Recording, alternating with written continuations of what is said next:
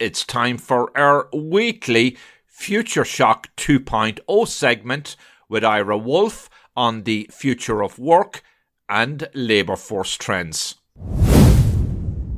Welcome back to Future Shock 2.0, Ira Wolfe. You've looked closely at the relationship between unemployment and the teen and male population. What did you find out? Yeah, this is fascinating, John. Appreciate it. I always love being back for Future Shock 2.0. We currently have 1/3 of U.S. teens that are not working.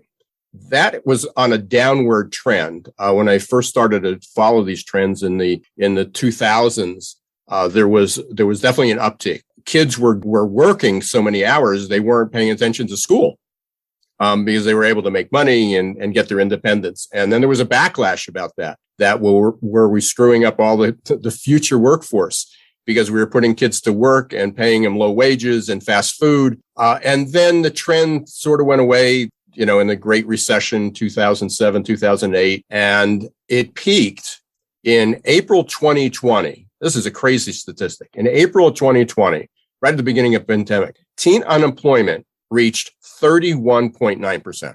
Oh, my. 31.9%. Ridiculous. As of last month, it was 10.2%, which is almost the record of a year ago when it was under 10%. So one of the things that we're going to look at is companies are now digging down into teens to put them to work, which is good, especially over the summer, gives people an opportunity, gives them experience, puts money in their pockets. But it also is a really just one more indication of how bad the labor shortages are. And we got to be careful because we want to provide kids opportunity and work experience, but it's not just that we can't look at them as cheap labor.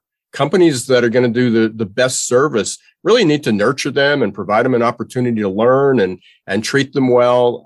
And I guess the next part of this goes back to what happens to all the males in this.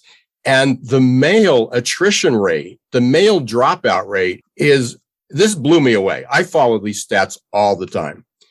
And this stat blew me away. And I'll give credit to a friend of mine, Gad Levinson from the Burning Glass Institute. He's the chief economist there. He looked at the number of males between 25 and 34 years old, core young men coming in the workplace. And 20 years ago, it was almost 90%. Of all young working age men, prime age men, were in the workforce. It's now 55%. It's almost in half. Half of the males who are eligible to get a job between 25 and 34 are no longer participating in the workforce. Now, many of them may just be sitting in their basement, hacking, playing game, or actually gaming is a whole industry, so you can make a lot of money. So they may have jobs, they just may be off the radar. But when 90% of young men make up the incarcerated in federal prisons, that's a problem. And then you look at opioid addiction. I mean, which are going to be probably other topics for other weeks on Future Shock 2.0. But it is crazy. So we've got some real challenges here. We have good news is teens can now get a good job over the summer and work. But one of the underlying problems with that is men. And the one final statistic that I'll give you is that during the pandemic, 71% of men made up all the college students who quit. 71% of all the students who dropped out of college during the pandemic were men. Or actually, I'm sorry, it's worse than that. 78% of all the pandemic-related dropouts were men.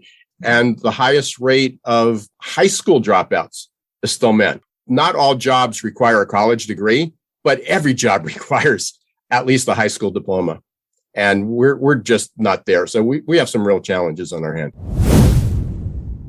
Thank you, Ira Wolfe. Ira Wolfe is an author, workforce trends expert, and a top 5 global thought leader on the future of work and HR.